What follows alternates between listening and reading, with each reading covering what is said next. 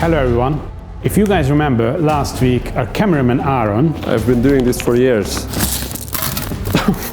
and I have teamed up to show you guys how an experienced aquascaper and a complete amateur can do the same thing in the same time frame. So it's time to plant those aquariums and see if we can make them, well, continuous as we wanted. Stay with us.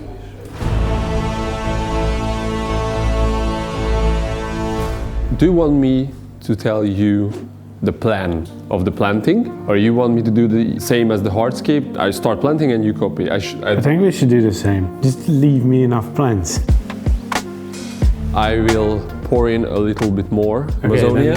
You want to make your soil as even as possible, unless when you have a dip in the middle on purpose, that's different.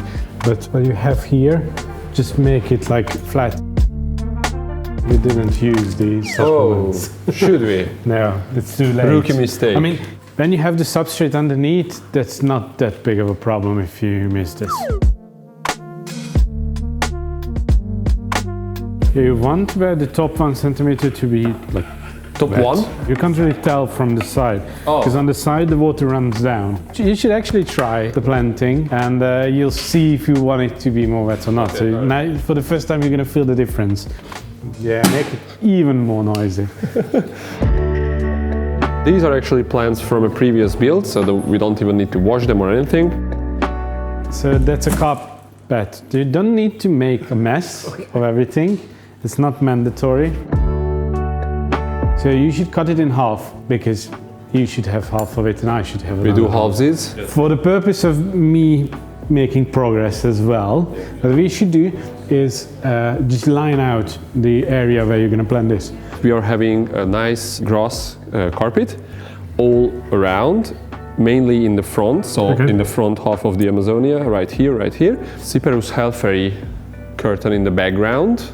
It should lean towards the middle. The star of the show is Ludwigia palustris super red, which comes to the middle. Those red Ludwigias will connect the two scapes. And also we are having some epiphyte plants. What I suggest, you skip the plants behind this and behind this, because there's no point planting a carpet, you won't see it anyway. I like to do it in a way that you just grab the whole thing, and with the pincet, you just take it off. About this size maximum. That's too thick, that won't stay down. That's my very first piece of a bunch of plant that I'm planting in aqua soil.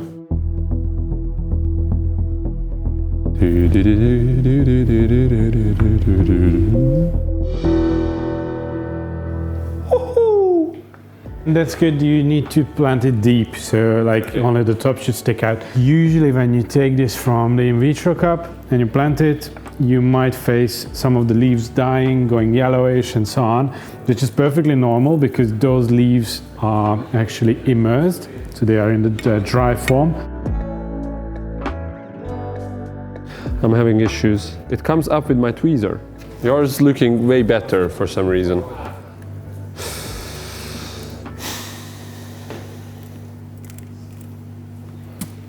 Doesn't really work so well. There's no magical ways to do this. You just get a feel for it after some time. Thomas-san planted crazy fast, like.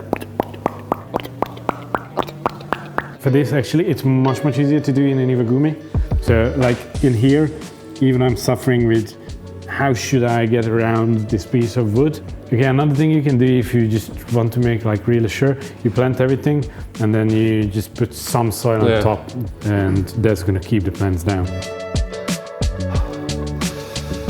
What's up? I am very tired of planting.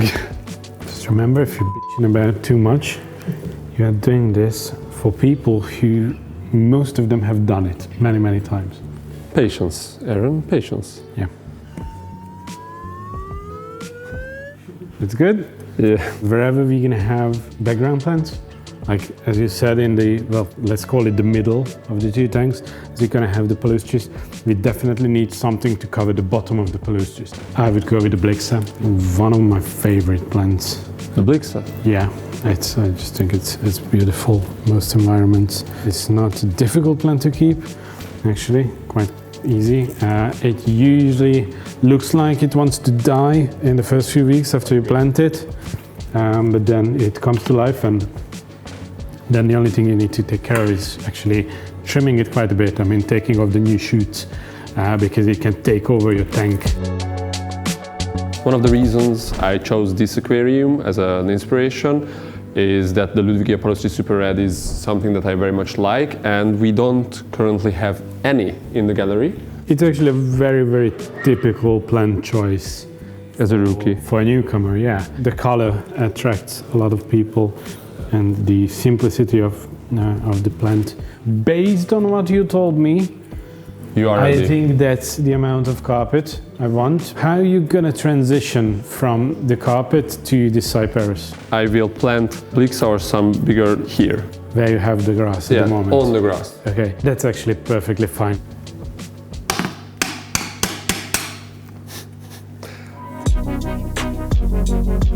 Ladies and gentlemen, this is Tommy's favorite plant, Blyxa japonica. That's not true, that's not what I said. Oh, this is not the Blyxa? One of my favorite. Oh, that's the Blyxa, that's the Blyxa. I think this would like be a transition from carpet to background. It doesn't matter if you just took it out from another tank like this, or you took it from a fresh pot, but you separate them. Blyxa doesn't need to be like really dense. It's gonna get dense on its own quite quickly. This is actually way, way, way easier to plant. Bigger the plant, the easier it is. The bigger the bag, the better the bees. Ooh, look at this one. Yeah. It's like a whole tree. Okay, so it's gonna be the same size after some time, but to have it nicer from the get-go, use the shorter ones on this one. That side, yes, and then use the bigger ones in the middle. Pusilla is a very short carpeting plant, and we are having a very, very long Cyperus helferi in the background, and we need to have some graduation, so it doesn't... I need a transition in between. Transition. That's too short. That's too short, okay. You have some Cryptocoryne nurii from Stoffels here. That's actually two pieces put together. So you try to find where it splits, yeah. Okay, you take off as much as you can. And then you take your pincet and just grab from in between the roots. You grab the plant and you see the small pieces that are separate. You can take them off one by one. I would put it here along like this area. You don't need a lot. I mean, one piece covers quite a big area. So it goes behind the Blyxa where I have Blyxa, right? Yeah, and wherever you don't have the Blyxa behind the wood, then this is just going to be your main plant behind the wood. All right. Back to the bone if you know you know. Get stupid with the flow if you know you know. LONDON if you know you know. If we would start from here with the curtain, then we can see how much we have, and then we will see the gap we need to fill with the Ludwigia. Just like with the crypt, you can take it off one by one. You want to have a lot from not that many From plants. the get-go, yeah. So now we should decide where the cutoff line is for the Ludwigia. The cutoff line should be behind the main tree, both of the main tree.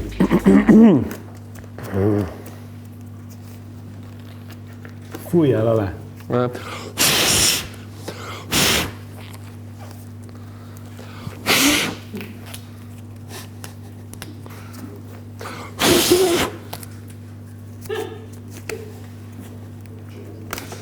Nem hiszem el.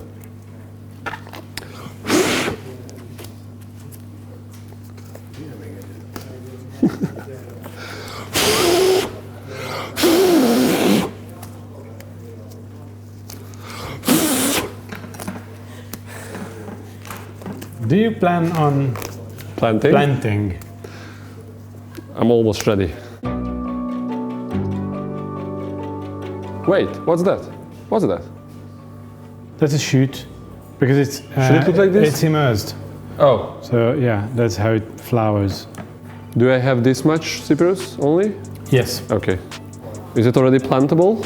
For example, Luca goes one by one. I usually take like 2 or 3 stems together and put it like that. It would make sense actually for that patch to like grab it like this and put it down. It's definitely gonna come up. So this is like something that should be good. Yeah, that's perfectly fine.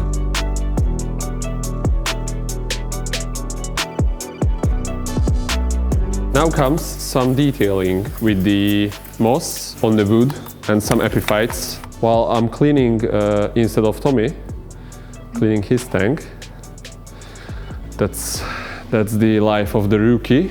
I want to have some small details in the Aqua Gravel too. I already put some Cryptocoryne parva in that part to get more green in the front. But yeah, I think we should have small pieces of rocks with Anubias glued on and just put on the gravel. We have some Anubias Pangolino. I think this is perfect for detailing the front. So this is how Tommy cleaned it and this is how I cleaned it. It's very clear that I just tore down a big chunk of the roots of mine, but Tommy tells me that it doesn't matter. So don't worry, if you have Anubiases with these short roots, it will survive too. When you have an Anubias like that, obviously you're going to have it visible because you're going to tuck it in somewhere. This is not a problem. My question is whether I can just tuck it in to the Aqua Gravel without anything, or should I just... If it stays down, then yes. This thick part of the plant where the leaves are shooting from, that's the rhizome, that shouldn't go under the gravel. Shouldn't. So that's why it's much easier to just glue it on a small piece of rock and just lay it on top.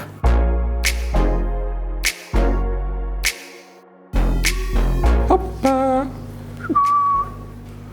See? It's very easy. Those are very, very slow growers, right? So yeah, these will be as you plant them for the next few months. This is not for covering, this is for enriching. I would love to have some moss and some small epiphytes on the woods. How I hate the moss. You hate the moss? Yeah, I don't like to work with it because it's gonna go everywhere. It's very, very hard to work with it. It's very, very hard to maintain it. Again, not for competition. You don't care if the moss takes over certain parts. That's what nature aquarium should be about, just letting nature do its thing. But if you want a controlled environment, moss is not your friend. Bucephalandra SP Red. You look for small gaps where you can just put it in, or you glue. I don't like to hide my hardscape much more than it is now. Definitely we are still going with some moss. Okay. Moss is quite tricky, I think, to put it in natural. 4 hours in. 4. I'm really curious how it's gonna look with the plants coming on in a few weeks' time. If it's really gonna come together and will it be visibly like one tank? I like mine better. Good. May I see the original now? That's what I wanted to say. That See if we are anywhere close. These tanks gonna make sense one by one.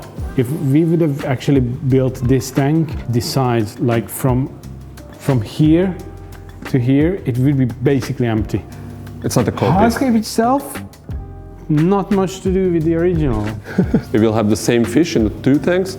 Some small schooling fish. So schooling green neon tetras. The choice of these aquariums. They are pretty shy. They are actually braver when we are not sitting directly next to the aquariums. But actually, no plant came up during the fill-up. 0 from both of us. So it's like a good planting technique we use there. That's for first tank, that's quite good. After I spit them bars, see how the words hit hard. Follow my gut, I follow my heart, don't care for the dons in charge. Greatness only, living that you want is large. So, these tanks are 5 weeks old now.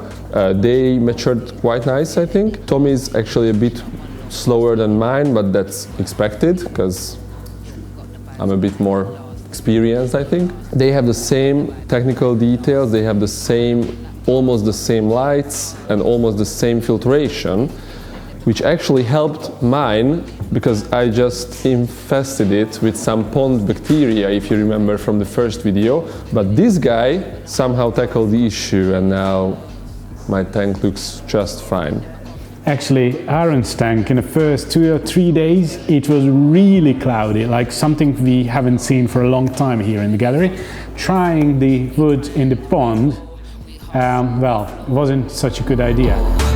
We hustle, we flow, we grind, we roll, we hustle, we know. We And that's a filter about 10 years old, something like that. That's an old professional 3 still running as happy as it can. And this is a professional 4. Tommy actually doesn't keep his cabinet too tidy. Look at him. That's how a professional does his cabinet, and that's how an amateur does. Even when it's mad, write them songs, yeah, I'ma just right them wrongs. Always paid the cost, heart is cold, let it defrost, expensive so cool. As for filtration, this is a really good example of how you can get away with a smaller filter or a bigger filter in any case. These are 2 identical sized aquariums, both of them are 60 liters, but that is running the 350 and this is the 250.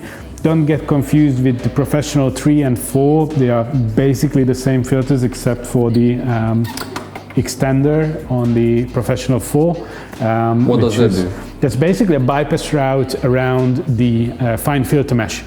So whenever your filter gets too dirty and slows down, it's actually the fine filter mesh getting too dirty. And well, let's say that's Tuesday evening, you just got home after work, and you want to go to your fridge instead of starting to clean your filter, then you just twist this and now it bypasses around the clogged up fine filter mesh and you can get away without cleaning your filter until the weekend. And then you just set it back to normal. That's for the 4 plus only. Yeah, and that's the difference between the professional 3 and the 4 plus. To be honest, the main goal of the video is not really shown in this video, because this video should have been about an amateur and a professional doing almost the same aquascape, and the results should show how differently it turns out to be. These didn't turn out to be too different, but that's probably mainly thanks to, first of all, your being present when I built it, so I had some professional help. Second of all, I'm not a usual rookie, I'm not talented, but I watched every video from the past 4 years of Green Aqua, and that's like more than once. More than once, editing. more than twice. Yeah, actually I think that's the biggest takeaway from this video, is that if you watch educational stuff before starting your first tank, then you can avoid a lot of the mistakes that most people actually do when they're starting out with their first tank. But the thing that did work out for this video is that these actually look like a continuation. Yeah, definitely. They look like one tank separated in the middle. Does it look like in the camera too, well, maybe? You can decide, let us know in the comments.